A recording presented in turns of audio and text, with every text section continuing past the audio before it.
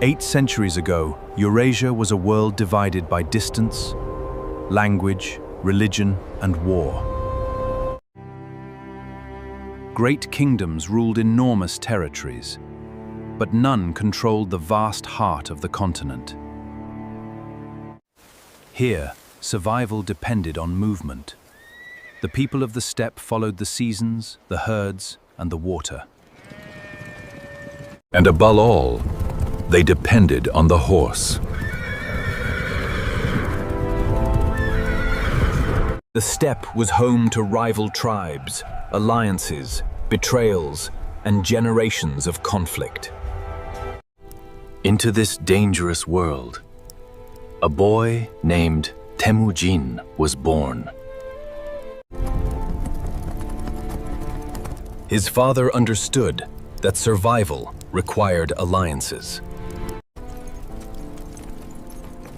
But alliances on the steppe could disappear overnight. When Temujin was still young, tragedy struck. His father was killed by enemies. Without a powerful protector, Temujin's family was abandoned. They had little food, little protection, and almost no allies. The steppe taught Temujin his first lesson. Survival belonged to those who adapted. As he grew older, he became a skilled rider, hunter, and fighter. But Temujin understood something even more important than fighting. People were power. His marriage to Berte would become one of the most important relationships in his life. Then Berte was taken captive. Temujin faced a decision: accept his weakness or fight. He gathered allies and launched a rescue. Berte was recovered, and Temujin's reputation began to grow. For generations, the steppe had been divided by tribal loyalties. Temujin began building something different. A political order based increasingly on loyalty and ability. He rewarded capable commanders. He promoted loyalty. And he weakened the old tribal divisions. His enemies soon realized that Temujin was no longer simply another tribal leader. Temujin fought rival tribes one after another. Each victory brought more followers. Final great rivals stood against him: the Naiman forces. Temujin's forces defeated them. The Mongolian steppe was now largely united. In 1206, the tribes gathered, and Temujin was proclaimed Genghis Khan. A fragmented people had become a single military power. The Mongol Empire had begun. The Mongol army was built around mobility. Their bows were compact, powerful, and designed for mounted warfare. Mongol warriors could travel with multiple horses, changing mounts when necessary. This gave them extraordinary operational speed.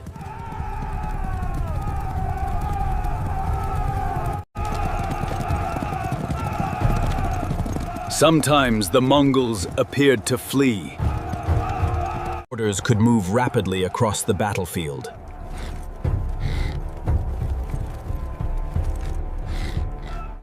But the retreat was often a trap.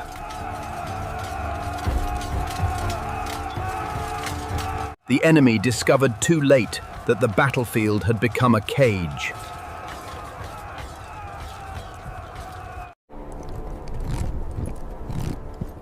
The Mongols also relied heavily on reconnaissance and intelligence.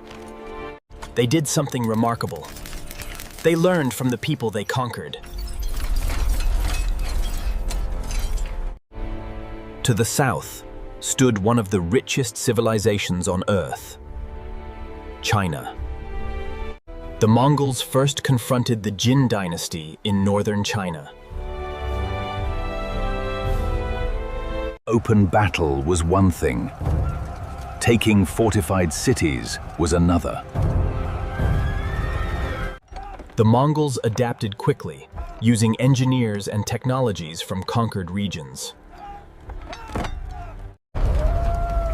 City after city came under Mongol control. Then the Mongols turned west.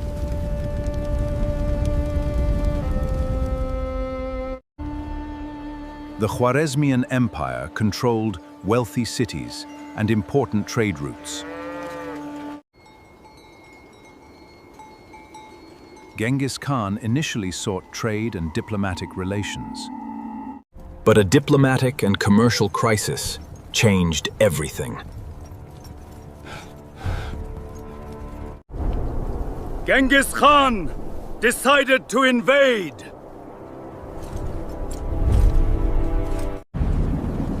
The Mongol army crossed terrain that many armies would have considered impossible.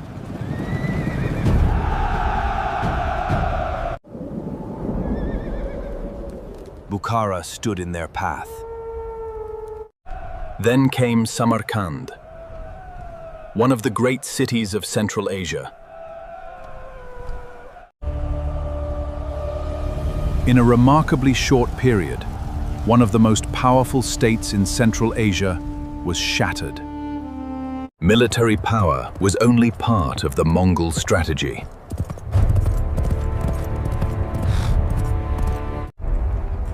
Stories of Mongol victories traveled ahead of the army. Some cities chose surrender rather than risk destruction. But resistance could bring devastating consequences. Mongol conquests caused enormous suffering.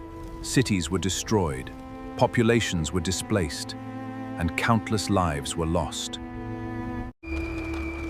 After their campaigns in Central Asia, Mongol forces pushed farther west.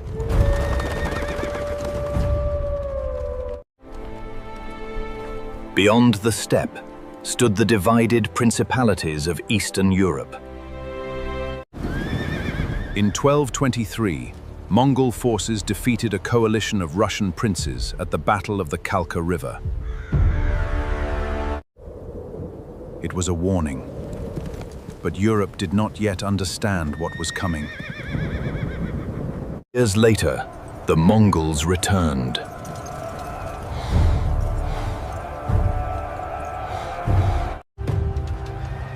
Cities across the region fell. Mongol armies pushed into Poland.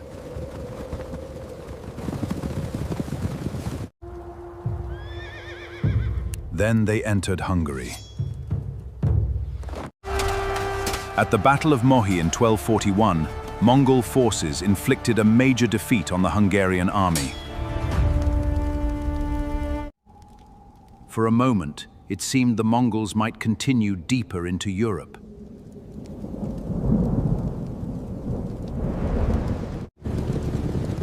But the invasion suddenly changed direction.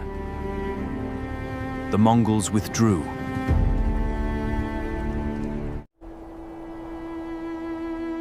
Genghis Khan had died in 1227, but his empire continued expanding.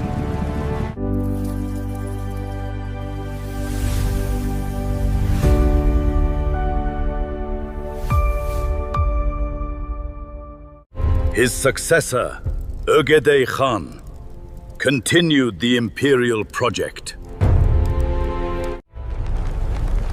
The Mongol Empire was becoming a continental superpower. Administration became increasingly important. The conquerors now had to govern what they had conquered. Then another extraordinary ruler emerged, Kublai Khan. Kublai understood that ruling China required more than a cavalry army. In 1271, Kublai established the Yuan Dynasty. The Mongol conqueror had become emperor of China. Under Kublai, the Mongols built a new political center in China. Across much of Eurasia, trade routes connected distant regions under Mongol influence. Merchants could travel enormous distances. Technology and knowledge moved between civilizations. Scholars exchanged ideas across cultural boundaries. The empire contained people of many different faiths and traditions. Diplomatic contact between distant civilizations increased. European travelers later described the extraordinary wealth and scale of Mongol-ruled Asia. But the empire had become almost impossibly large. Succession disputes repeatedly threatened unity. Over time, the empire developed into several major political centers. In the West, the Golden Horde became a powerful political force. In Persia, the Ilkhanate created another major Mongol state. In Central Asia, the Chagatai Khanate continued the Mongol legacy. And in China, the Yuan Dynasty ruled over one of the world's greatest civilizations. The empire that had once moved as one was increasingly divided. Local cultures gradually became more powerful than the idea of one united Mongol Empire. In 1368, the Yuan Dynasty was overthrown in China.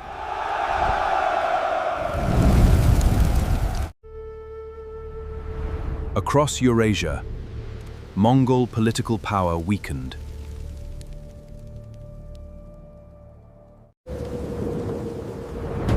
New powers rose where the Mongol Empire had once dominated.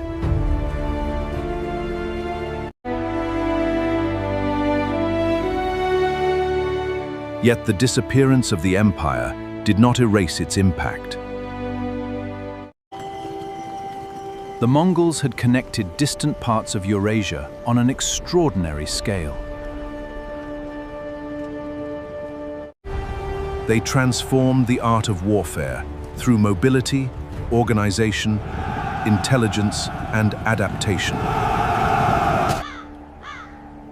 Their legacy remains deeply paradoxical. They brought destruction, but also connection. They created fear, but also exchange. They destroyed states and built an empire that changed the world. Genghis Khan began with a divided people on a remote steppe. His descendants carried his empire across mountains, deserts, forests, and civilizations. The Mongol Empire eventually fractured. Its rulers disappeared. Its borders vanished. But its impact survived. Because history is not only about the empires that rise, it is about the world they leave behind. And few empires changed the map of humanity as dramatically as the Mongols.